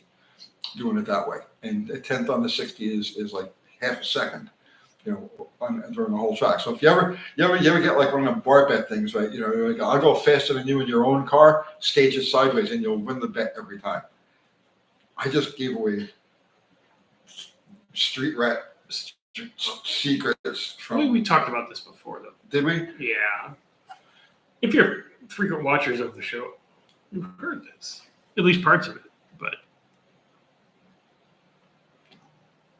Foobar just put a link to my merch. Mm-hmm. Thank you, Foobar. You can buy these wondrous shirts, not the one that I'm wearing. It's got dog hair on it anyway. Which one am I wearing? That piece standing up. Yes, that's an excellent shirt that I actually still have like 1,000 of them. So yes, you can feel free to buy as many as you want. Thank you. And then of course there's Dr. Art's merch, which is very nice. Including these wicked bitchin' stickers that he has. Yeah. Wicked bitchin'. Wicked bitchin'. Yeah. And the hats. And you know what? You could buy one of the, premier members if you buy a hat, because no one buys them. So you'd be the only one on the block. Let's see. That shirt will ring true for the next 4 years.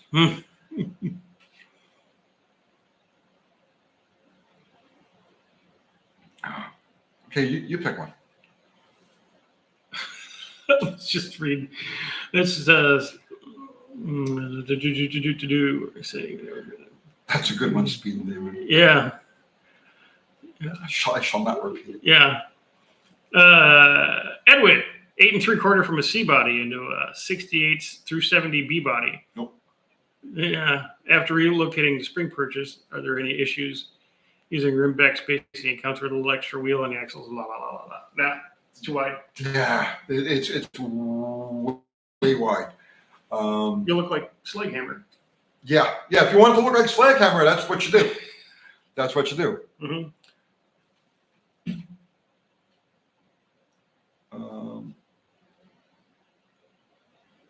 Okay.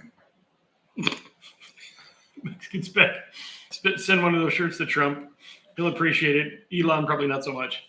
I bet you Elon would appreciate it. Yeah, he'd get a kick out of it. Yeah. He seems like somebody that's got a healthy sense of humor. Mm-hmm. So does Trump, for that matter. Yeah. He's like a stand-up comedian. The guy's he's got. Okay, Brent Rolston. Are ABS2 carbs normally loud? I put a 1905 ABS2 on my LA318. At half throttle, it's very loud with the 14-inch Edelbrock air breather. Suction sound. Is that normal to be loud with these carbs? I don't know. I never. There's no difference between the front half of an AVS and the front half of a Edelbrock or an AFB. They're all the same up front. The difference is in the secondary, where the air valve is.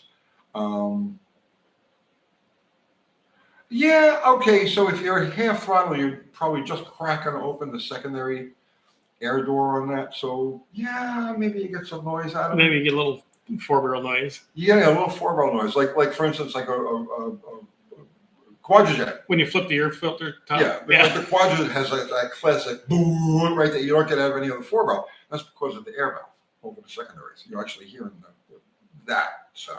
So yeah, I guess maybe you would hear it. I never really noticed. Here's a kind of a related question. Barry Cuda, Jeff Stunkard, your buddy. Yeah. Says the Australian Hemi 6-cylinder was developed by Tom Hoover, ? Yeah, it was originally supposed to be produced in this country. It was a replacement supposed to be the replacement for the Slant Six. And Chrysler of Australia ended up with it.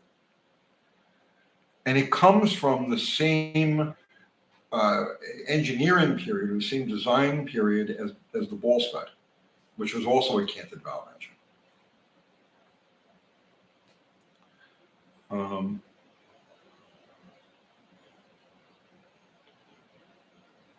Flip the lid, Rob's Classic. Flip the lid for cool sound. It's 20 horsepower.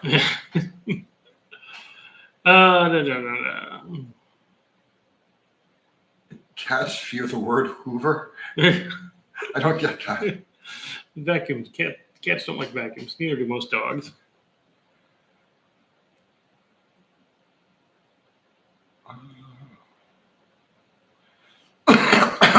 Now, they're talking about Stellantis and they're circling the drain in TK's garage and all that kind of stuff. And don't be surprised, folks. Stellantis isn't the only one. There's a few other car companies that are very close to Vegas filling out, football square type bets on whose ship is gonna sink real quick. I used to work for one very recently that's real close to going flat back. Which one was that? Nissan, yeah. They're in big trouble. There's going to be a hard time here in this area. There's a lot of people that work for Nissan. But some other they'll buy that plant. Who? There isn't a single automaker right now that's thriving. They're all cutting back. They're all shutting locations and stuff. The only ones that are surviving are the Korean ones.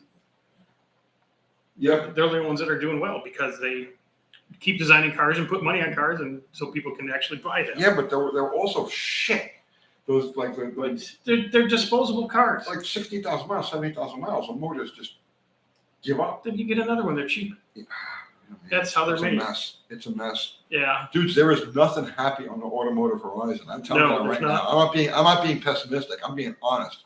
There is no happiness in the world of automobiles, like new cars.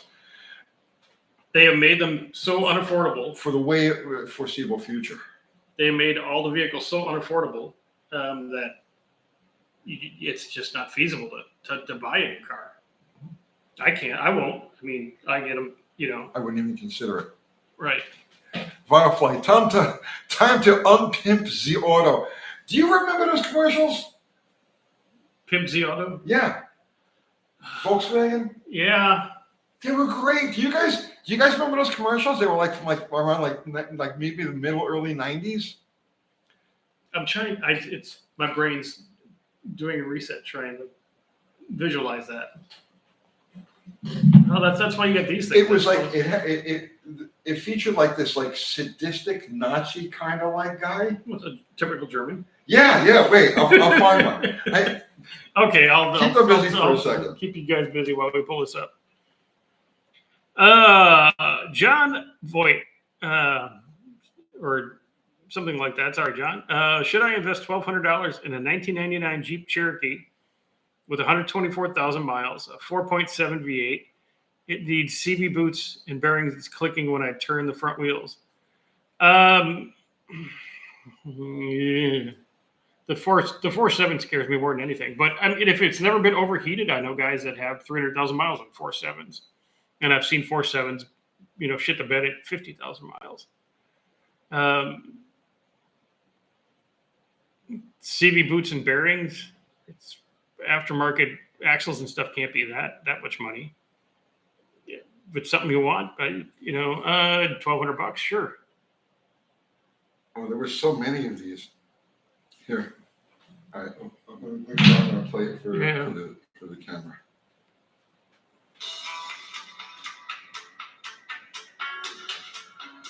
They can hear it as long as they don't see it. Then it gets through the commercial. Okay. Yeah. Here, you have to watch it too. Feet up in the house. Jason, this is your 98. Whatchamacallit? You got an ass. You know what we're gonna do now? No. I'll pin your auto.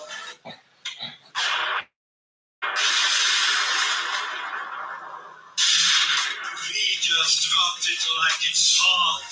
Feet up, representing Deutschland. The GTI.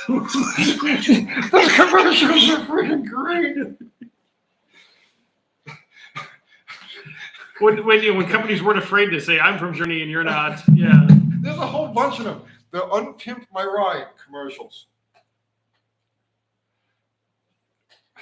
Okay. Tony, is that pre or post Farfignugan? Yeah. I think that was post Farfignugan. Yeah. Paul Bajoyli? What could cause excessive thrust bearing wear on an automatic transmission application? What would cause, say it again now? Excessive thrust bearing wear in an automatic transmission application.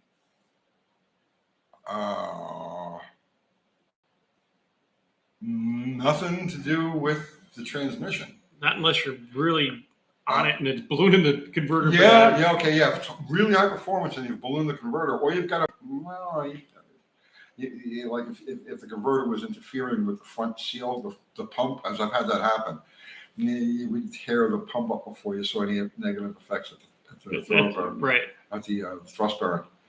You got something else, bro. There's something else going on there. Yeah.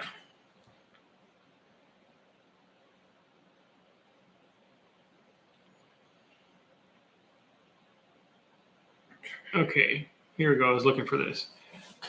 $5 super chat, Eric Swenson. Tony, any chance on doing any episodes of your old Dodge truck, like the Mission Improbable 2? LOL. No, the box truck is gone. I don't have that anymore, and the only thing I have is the old Dodge truck is the wrecker, and that's very not hot roddable in any way, shape, or form. So no. It's how heavy is that thing? 18,000 pounds or something? 8,800 pounds. It weighs 8,800 pounds. And it's got a 2-piece drive shaft, and it's just not the thing you want. And it's got the grainy first gear. No, nothing hot roddable about that, Eric. Which is a shame because it's cool, but it's not your favorite. Well, yeah. I mean, I like it, but it's utilitarian. I neglect it. Yeah. Yeah.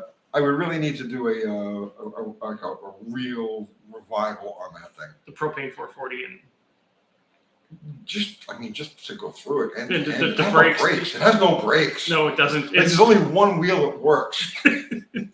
It's and that's while towing too. So yeah, it's yeah.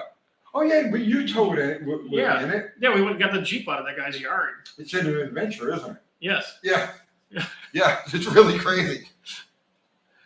No brakes, no seatbelts, Yeah. nothing. Yeah, exhaust fumes. It's a good time.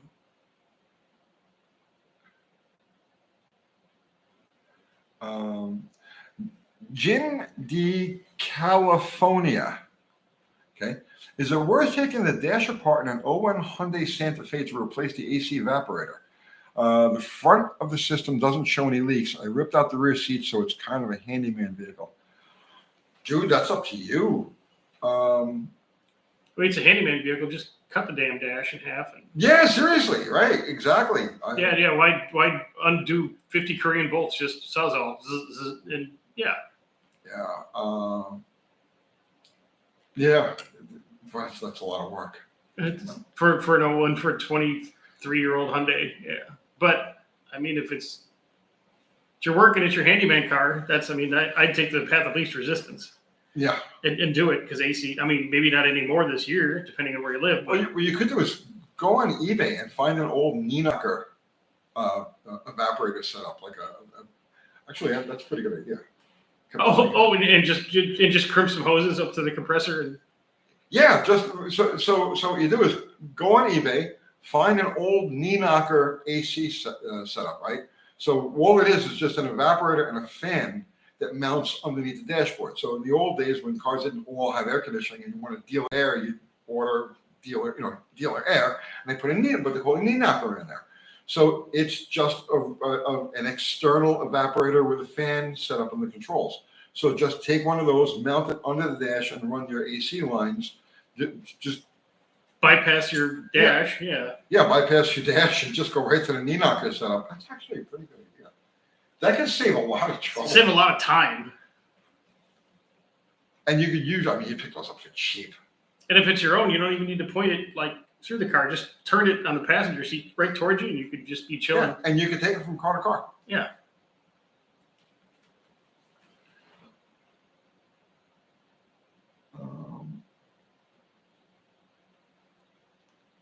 Nick Martinez, my friend Sonata started making sounds from the AC. Well, when an evaporator goes bad, you won't get any sounds out of it. It'll leak. Or the evaporator goes bad two ways. Either you got to be careful. Like when you put oil in an AC unit, you got to be the right oil in the right amount, because if you put too much or the wrong type, it'll clog the evaporator. It won't do it to the condenser. It'll do it it can. Evaporator. Or if you have an orifice tube or something like that, like on old Fords, they had that little tube. Yeah, that gets clogged up all the time by garbage and the wrong peg oil. Yeah. So, or they leak. Mm-hmm. Mexican specs, those Neenackers are not cheap anymore. They're not? He says he's been looking at them. Right there.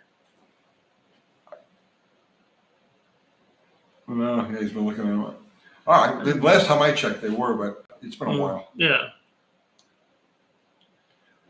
Zero saying that's just the Korean craftsmanship you can hear. It's built in.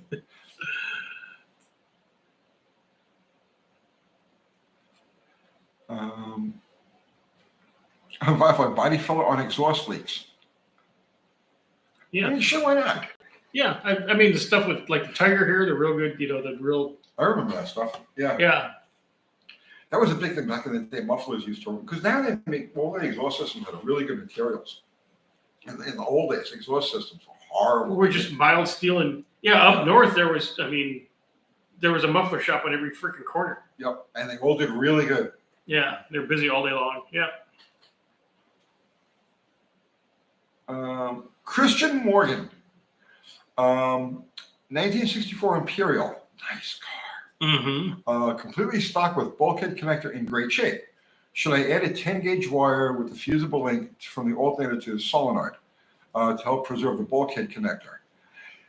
If you keep the bulkhead connector clean, right, so no corrosion or anything gets in there, you'll never have a problem with it. The problem happens over time, right? Moisture gets in there and the spades get dirty. And once they get dirty, they start getting hot. And once they get hot, they get even dirtier. And then you end up with a bad connection and shit overheats and melts. Just keep them clean. Keep the spades all clean and stuff, and you'll be fine.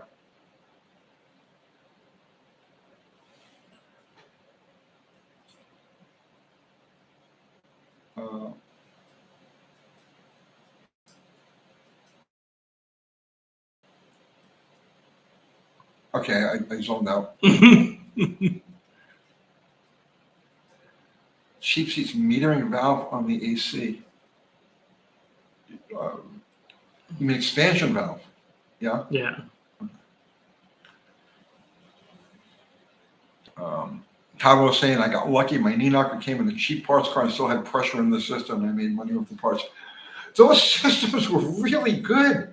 They were at least as good as most of the factory systems back in the day. And they lasted. They all used that upright compressor that Ford used. Yeah, the big giant air compressor. Like an internal compressor. Yeah. Those things were awesome. You can turn those things on, your car slows down 10 miles an hour. Yeah. Well, that was the price it paid. Yeah. And they all had those. I can remember this clearly as a teenager going, what the fuck is that on the front of the carburetor? you know, that little anti-stall dash pot. Yeah, when the AC yeah, came yeah. out. I'm like, yeah, I don't need those. So And you then, needed that. You yeah, turn on the AC, the motor would just drum. yeah, you had to kick the idle up. Yeah. Yeah.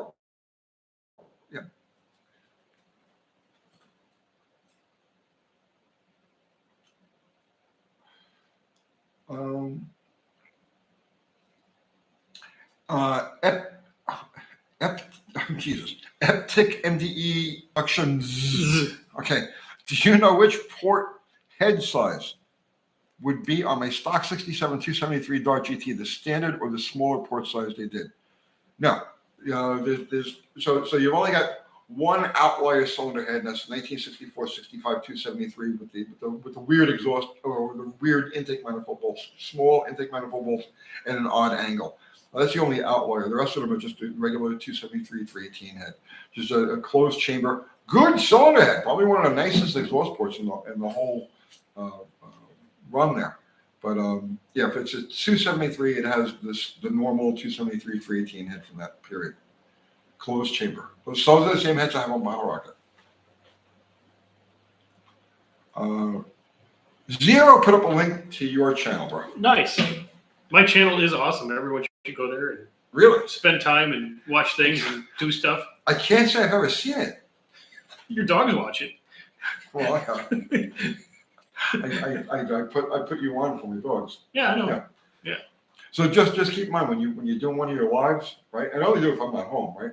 Right. If you're doing one of your lives, There's four little dogs at your house. they're watching you, yeah. Like Yeah. one of your viewers will tell you how many viewers there are. Well, 3 of them are my dogs. 4 of them are my dogs. So 4 of the 5 people are your dogs. Yeah. Okay.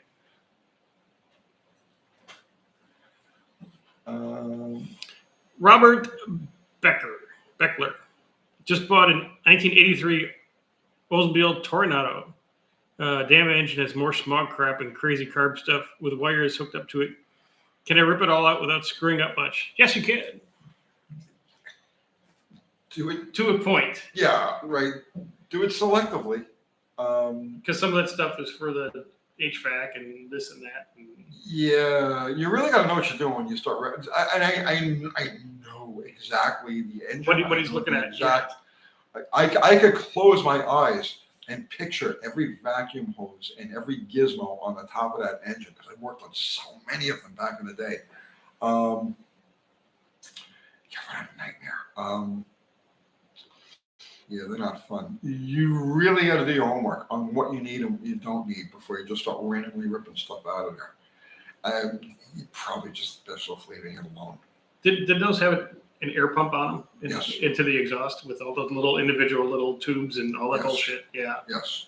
Yeah, and if you take it off, then you got an exhaust leak, and then you got that engine is literally buried. The only engines I can think of that are worse than the early to mid '80s carbureted Oldsmobiles are late '70s Fords.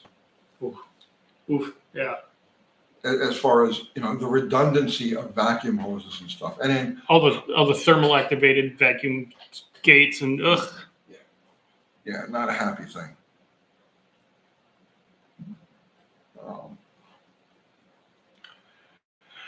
Eptic MD Productions. Thanks. Do you think the dual exhaust headers is too much for the 273? Also, opinions on pipe size.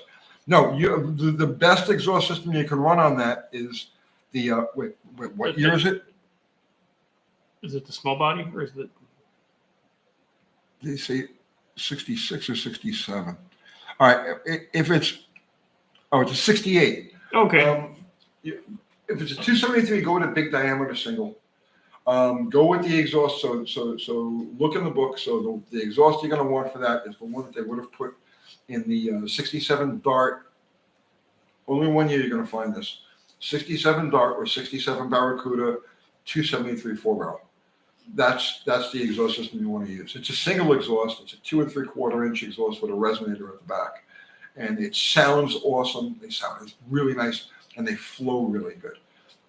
That's the exhaust I would put on that. I wouldn't put a dual exhaust. You just don't have enough pump to take advantage of the duals.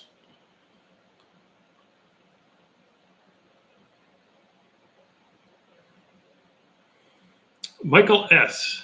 Tony, I'm getting a shutter When I shift into third, new clutch, pressure plate, pilot bearing. Had the Muncie M20 rebuilt. Clutch should be worn in by now. Thoughts? Be having 308 gears caused the problem. Sounds like you just don't have enough pressure plate. You just don't have enough pressure plate. If you're banging third, 308 is a pretty tall gear, right, for performance use. And so your first to second gear shift, you're probably not going to pick it up very much, but the second and third gear shift, that's where that load really becomes an issue, because now you're pushing a significantly more amount of wind too. It's all got to work that much harder in third gear. So that's telling me is that you just don't have enough pressure plate.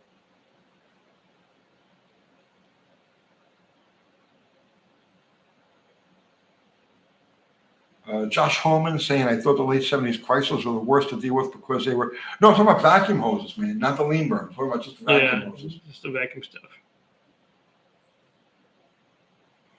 Barry Kuda, my father used bias plies that came with his Valiant until they were worn out. Then he put on radials on. Reportedly, the car was much better to drive. Yeah. Well, the radials give you more of a cushion. You know what I mean? A bias ply tire has a stiff sidewall, so you really feel every bump. Radials have the soft sidewall, the cushy, bouncy sidewall. And yeah.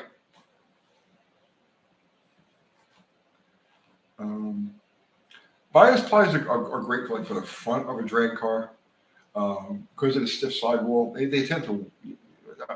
I like trailer tires. They just sit easy and cheap, but they're a little on the heavy side. But the advantage to a bias ply over a radial is that it takes less effort. There's less rolling resistance to a bias ply, properly inflated bias ply, than there is to a radial. But it just depends on the use. Something off subject. Mark Sauvé. So I got an email from Indeed for a job that they'd think would suit me.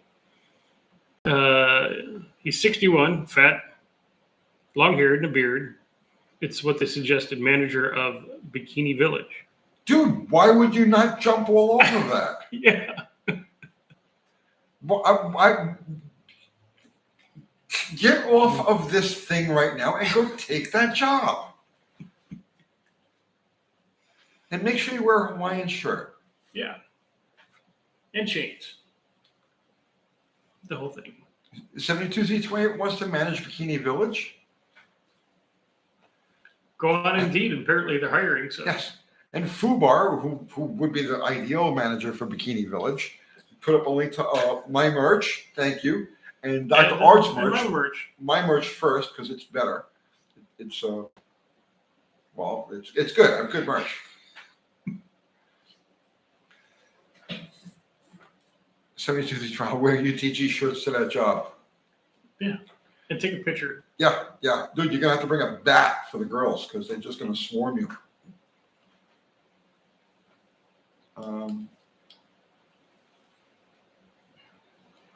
Mark Sauvé, I think business would plummet at Bikini Village. That's their problem, bro. Yeah. In the meantime, you have the opportunity to just even a day or two in glory. You know what I'm saying?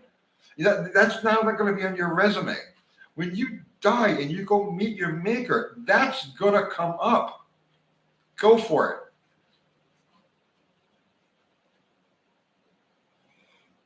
it. Here's something for you. It's kind of a little odd. Boomer. Another thing to check on the manual cars is crank walk.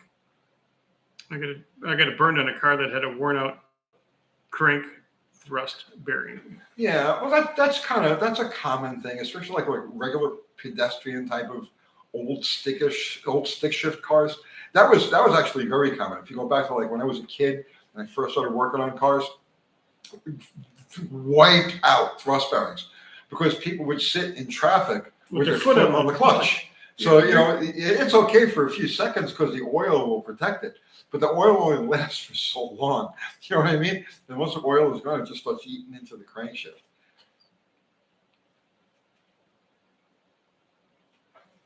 I remember like things like Ramblers, like AMC Ram, very common, right? Because they were all 3 speeds. Like AMC Ramblers, you could just take the crank and go boom, boom, boom, boom. You just have to drop the pan, throw a thrust bearing in it. Yep. Mm-hmm.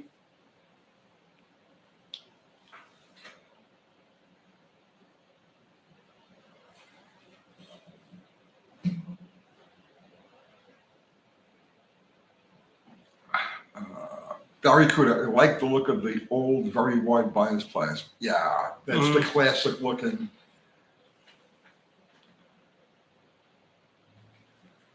All right, what we got here? I don't know. People are just talking.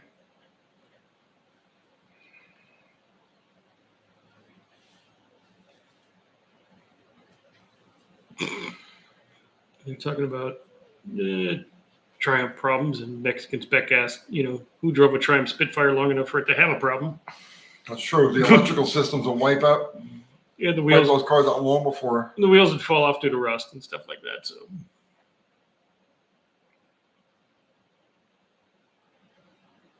Firefly, the Vortec engines had, I remember that.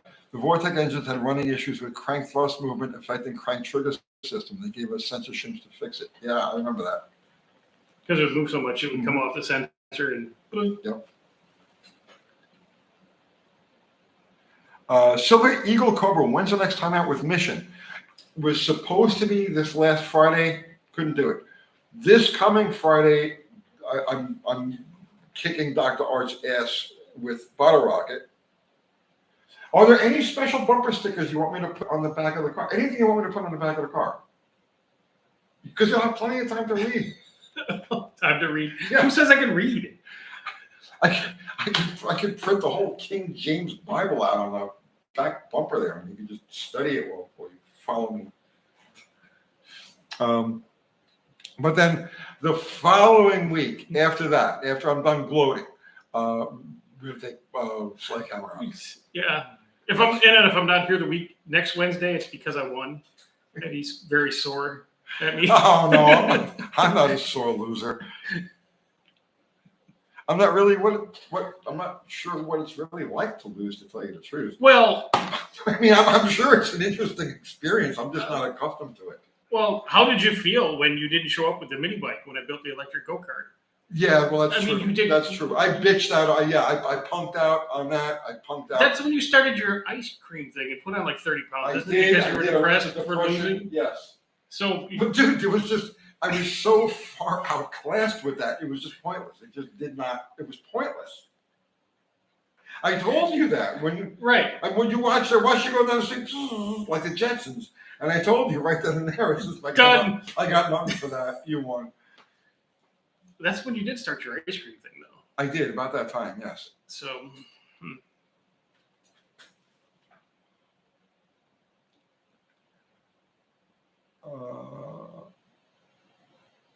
Betty Carfano says Dr. Art is going to gap Tony. I'd love to see that. you will see that because you'll be Not a chance. in the blue Dodge of shame. Not a chance. Not a chance. There's no way you're going to gap me. The only way you can win that race is if you're able to drive around me from about 400 feet on. Because you will follow me. You're talking about a turbo car versus a nitrogen. You're going to 60-foot me. Okay? Of course I'm going to 60-foot you. I'm going to 330-foot you. You're going to have to drive. You're going to have to be able to drive around me from the 330 out. From around 400. I'm going to say I definitely got you covered to 400 feet. If you could drive around me, then I was thinking like 200 feet. Ain't gonna happen. Ain't gonna happen. That. Okay. If I had the same situation with that car that I had with Andy, right, where it literally spun the tires and black tracked all the way through first, right, across the track. Mm-hmm. Okay, not even in a straight line. It black tracked diagonally across the track, and I still had a 167.60 on it. So if I have that same situation, yes, it'll be a tight race. If it hooks, No, just no way. Well, if it hooks, you're just gonna bog. Oh, no. There's no chance of that thing pocket, bro. That car is severe. When it doesn't show on it, so I run it so infrequently, and every time I get in the car, it's like, wow, this is brand new. You know what I mean? Because Yeah. it's so infrequent. But when that car works correctly, it's pretty damn severe. You'll see. You'll see. Etheridge is a good track. It is a good track, and I have to put you in the right lane I'll take it. because if something goes wrong with the Ranger, it always goes left. So I'd rather hit the wall. Just the whole way down. You never know where it's going to go. Just, okay. You always steer in that car. Always steering. I don't know why. Oh, it's always mine's like Yeah. for whatever reason. But I think I straightened that out. I think I did, but Every time I ever made a run with that car, I was like, oh, tomorrow I got to get this to the alignment shop, right? tomorrow never happened. No, tomorrow never happened. It's got new bushings. It's got new control on bushings, new upper control on bushings. It's got new ball joints. It's got everything brand new in the front of that thing. Mm-hmm. Ooh. It gets a little scary. Yeah.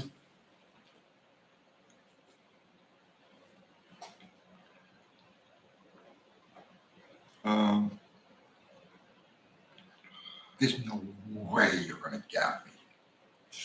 No fucking way. There's no way. Okay. I'm not going to see red until. I'm not saying I'm going to gap it, okay? But I know I'm not going to see red until 400 feet out. I probably will come around. There's a possibility. You got a turbocharged deal there. That's what it does. That's where it's going to make power. Mm-hmm. But I don't think you can really get around. I think I'm going to see red right here, and it's going to hang. What's your best mile an hour for the lights on that thing?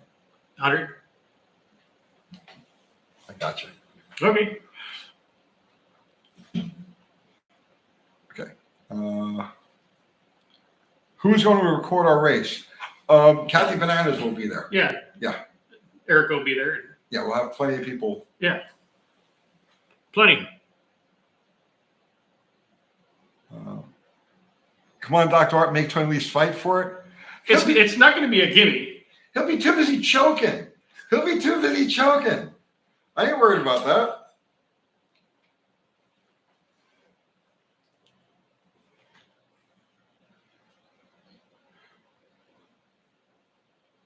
Now you know how we're going to race, right? Straight off the trailer. Straight off the trailer. Pull up, back them off, right stage lines.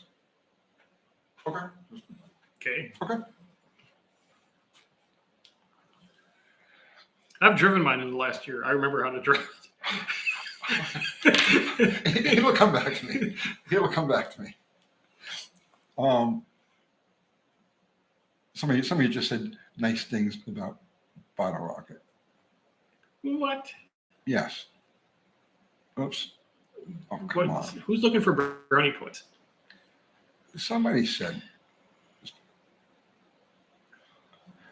Bottle Rocket will determined skills. Mm-hmm. Bottle Rocket was favorite build. The pure hot rodding was epic. I mean, it's going to happen. Yeah. The car was built out of shit. And that was the whole point. The purpose of Bottle Rocket was to take undesirable shit and turn it into something that'll get that extra. Mm-hmm. So the breakage and the that was all just all part of it. Parcel of it. Yeah. In the meantime, the car literally paid for itself in one run. Oh yeah, when you ran 80. Right. The car, every penny I had in the car was paid for in one run. So I can't bitch about it. Yeah.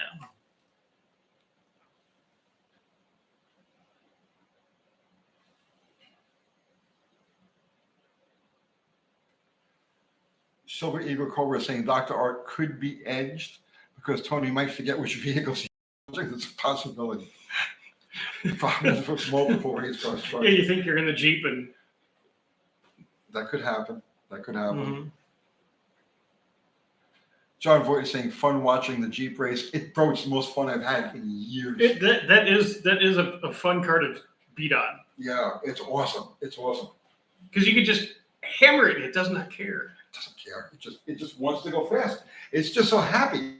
It just wants to go fast. It just wants to make. You get the runs. bird up and you just hammer it and Yep. step off the clutch and just and burn the tires and get it. Yeah, it's just you just hammer on it. Uh-oh, it died. It died and only 170 likes. Yeah, we're moving, but the screen is. Oh, there it goes. Okay. It's on a picture or something like that. Yeah, somebody was asking about some kind of cutting tool or something. 176. Yes. Nice. We got more than Kamala, I think. We did get more votes than she did. We could probably win more states. So yeah, so any of you guys want to join an Mass official grieving. mass grieving, because I got a text about that.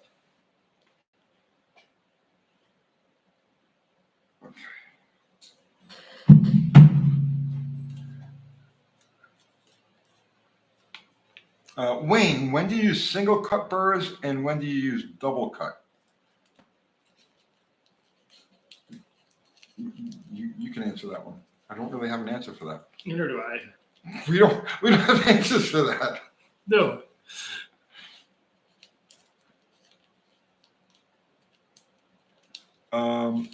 Max level, do either of you think you could get a better time driving the other guy's ride? Yes.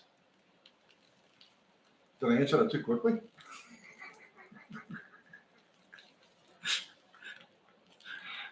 Don't let that be going through your head when you pull into the starting line. Oh, yeah. Don't let any of those thoughts get in your head, bro. All right.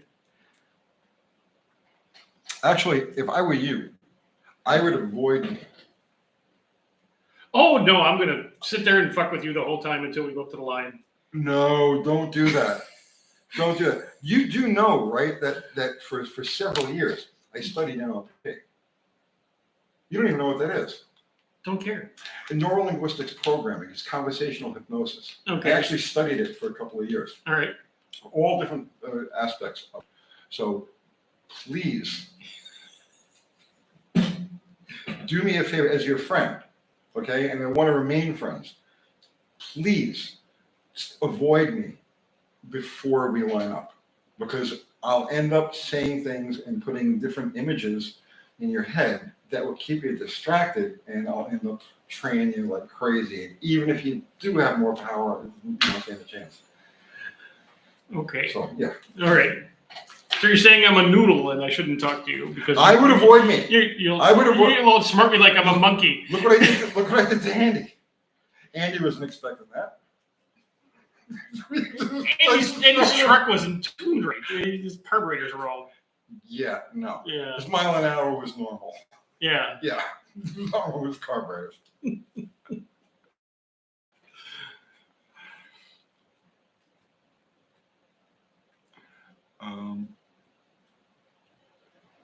Let's see. So Sylvia, go forward. Yes, race twice and switch cars for the second race. One race, bro. One race, one time. Yeah. I may do more laps after that, but feel free. Yeah. But the first one, or I may just look back and wave, and then get my ticket load up and just. Do you really think you'll be able to make more runs after? Yes. Really? Yes. Okay. I didn't turn it up that much. I wouldn't expect. I would have figured you'd run a kitchen sink at it, and like, you know, just the Hail Mary run. Why would I need to? It's a freaking blue Dodge taxi with some giggle gas. Yeah, I know. I know. But don't throw too much at it, because you know what happens when you throw too much at it. Too much Look looking what for happened to speed. Jamie. Yeah. And I ended up gapping him by 46 cars. Right. He just busted his shit. Well, you know, listen, that's what he says. Okay, that's what he says. He busted his stuff. All I know is that it was a race. We both lined up together. We both took the tree together. I got to the other end first, and it was a 46 car length gap. Yeah. That's the only thing I know. There's the only facts that I care about. Bill McKayska, what's happening, brother man? Will this race on Friday be closer than UTG versus Andy and Casper?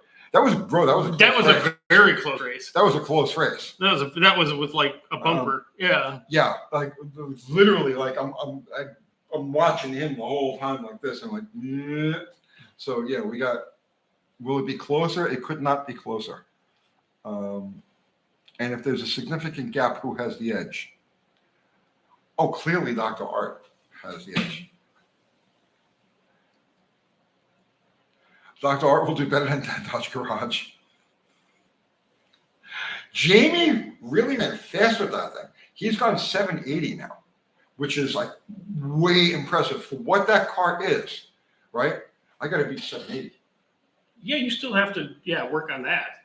Put that in your head as you're in. Think of 780 as you're driving Bottle Rocket. Well, all I got to do is just swap the gears. And the car goes 780. I've been trying to avoid taking the rear end apart and swapping them. It's 20 minutes. I know. It's just, I've just been avoiding it. I will have to do it. Did you have it? No, that was Bill. Okay. But yeah, for that car to run, for Dell's Demon to run that 780 with what Jamie's got in there, that is highly freaking impressive. Mm-hmm.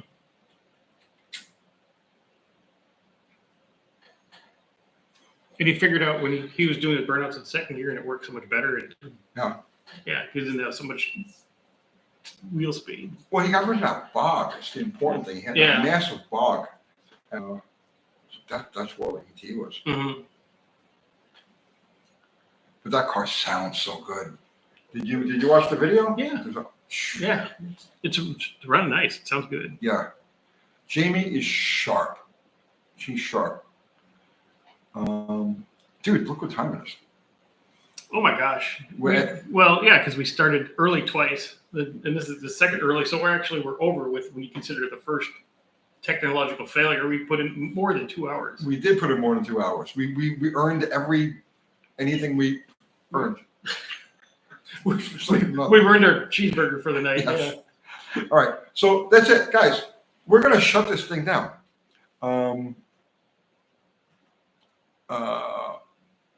Donuts and coffee. I don't think I'll need that. All right, so our awesome Maz Zero Fubar Mexican Spec. Guys, thank you so much. Everybody contributed super chat. Thank you. Always appreciated. Never expected, but always appreciated. And everybody contributed your presence and your conversation. Thank you equally. Dr. Art's Hot Rod Rehab.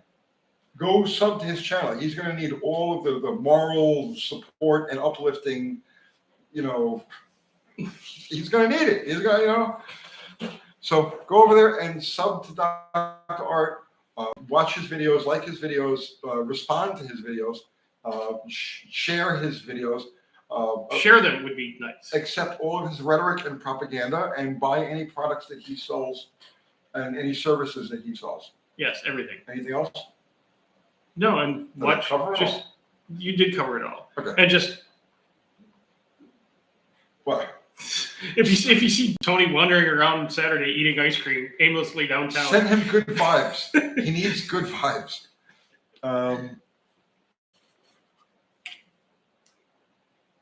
Buddy Corofano, the only way for Tony to beat 780 is if it tows him down the track. That car has gone 770 in second gear. Okay, leaving in second gear. Buddy Corofano is a dickhead.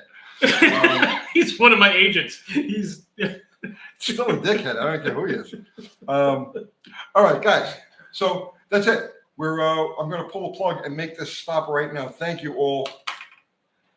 And there. Adios, and okay. We'll see you later. It's not ending. And it won't stop. Ah, okay. There you go. And Olo.